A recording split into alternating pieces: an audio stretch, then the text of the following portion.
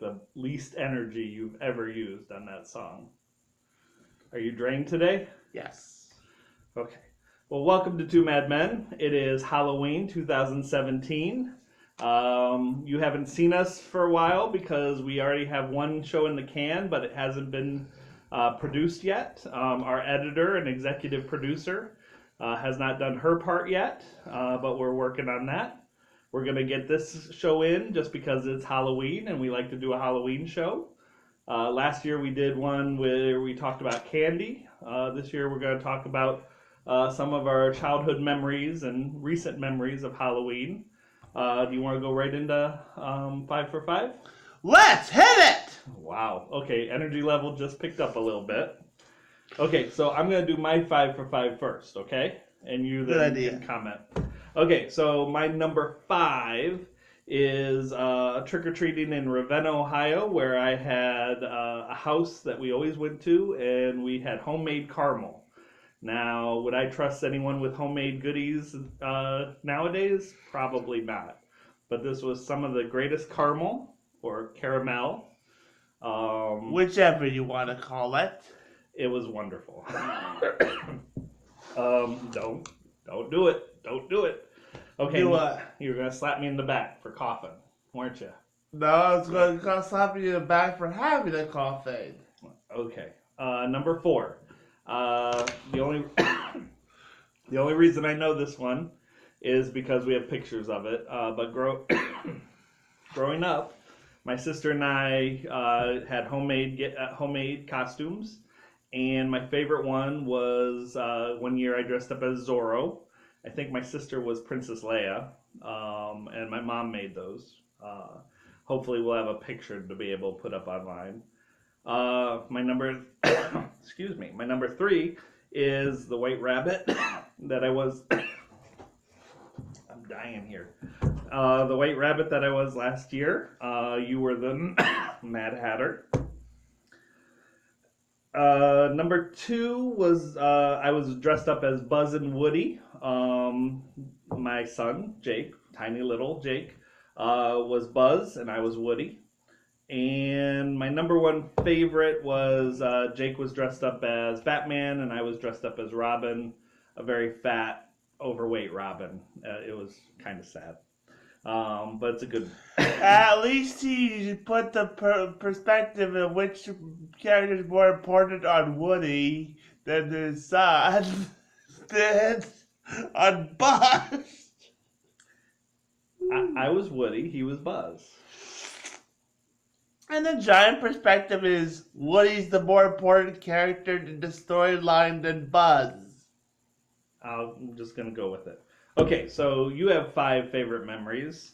The first one, your number 5, is your very first Halloween. You were dressed up as a pumpkin. Yes, I don't remember it all that much. I just remember the stories my parents told me about it. Mostly my mom really mistakes how I was cute and cuddly and all that. You were cute and cuddly once? Yes, but very chubby. I can't even picture it. Even a lion cub is cute and cuddly at one point. That's pretty deep, man. Okay, your number 4 is a field trip to the pumpkin patch. You were about 5 years old. What do you remember from that?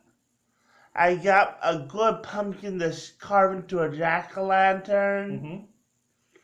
I didn't know the story behind jack-o'-lanterns back then, but it was fun nonetheless. And I got to ride on a hay ride for a big field after they had just cut down the grass, the corn. That's cool. That's a good memory. It was a simple memory, but it was simple times. Okay. Now, you told me that your first big Halloween haul was age 16. You were able to go trick-or-treating by yourself, is that it? Yeah, it was 8 years old to 16 years old. Okay, and what did you like about going out trick-or-treating? 8 years old was the haul, was big on its own right because I had 2 pallet cases full of candy. Wow. The only reason 16 trumps that is because I could go everywhere in the nighttime and come back with multiple bags of Halloween candy. Did it ever make you sick? Did you eat them? I didn't eat them fast enough to make me sick.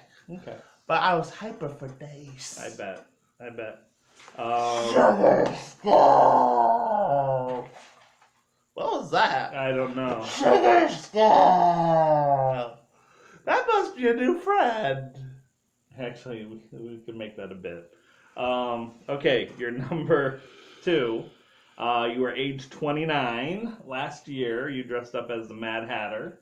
Mm-hmm. That was pretty cool. We Alice in Wonderland. Yep, and Wonderful bit. I was a White Rabbit, and the two of us, it was a couple's costume.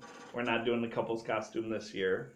And your number 1 memory from childhood or past Halloweens is a haunted house. What do you remember from the haunted house? They went all out. Spiders, mummies, vampires. If there was something creepy, they made it into something fun.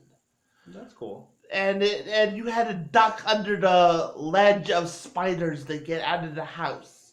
They had a room that confused your perception of where the door was. Cool. It was absolutely horrid. It was absolutely wonderful. It was bad as it was good. It was good. It was bad. It was confusing as heck, but a wonderful experience nonetheless. It made me want to go to haunted houses more, but I could never find the right ones. All the haunted houses rides wanted to appear scary more than they wanted to appear fun. Yeah, I think nowadays they stress the scare factor. Right, but the sheer fun of a haunted house could be just as much of a draw. Yeah, well, I think they do have things for kids during the day, but it's never really a haunted house. You know, it's like corn mazes and pumpkin carving or pumpkin coloring, but they don't do haunted houses for kids much anymore. But I know what you're talking about. I used to do them too, for kids. Okay, so I want to close this episode with your, you were mentioning that you know what the background of jack-o'-lanterns are. So I wanted you to tell our viewers what the story of the jack-o'-lantern is. A long time ago, there was a guy who made a bet with death. He bet death he could walk back blindfold. He could walk back from the underworld in one night. Okay. With nothing but a turnip to guide him. A turnip. Yes, the original jack-o'-lantern was a carved turnip as a lantern. Okay. With a will-wisp within it to give him light. Okay. Nothing creepy about that, is it? No, it's just... Spirit light in a carved turnip. Yep. Okay. And every year he comes by at the stroke of midnight with jack-o'-lanterns that are still burning to light his way to home. Okay. Cool. That's why you should never take the jack-o'-lantern out until at least let the candle burn out on its own right. Okay, I'll remember that. Do you have any other Halloween words? Oh, wait, we got to show your whole costume. So stand up. Stay in camera. Now, who are you? You're I'm a sugar skull. Yeah, but can you see that your head's been cut off? There you go. Sugar skull.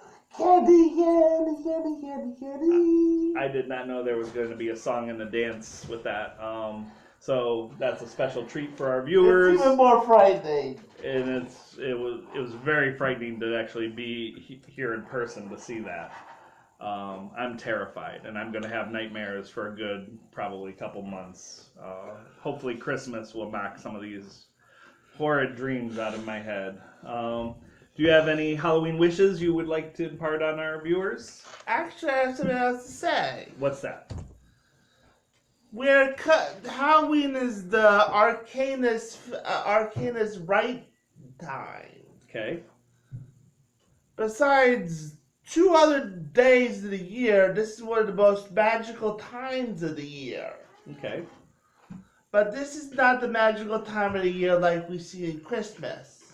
Okay, how's it different? It's more of must trust in yourself, your inner gut, Okay. your knowledge, yourself, your worth. Okay. If it isn't you that's putting forth the effort, it's not the magic of Halloween. Halloween's a very empowering time of year then, right? It is. It allows you to face your inner demons and vanquish them for the rest of the year so that your crop will flourish.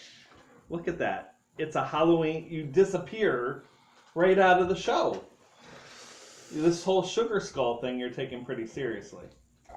The costume is your persona you fight the demons with.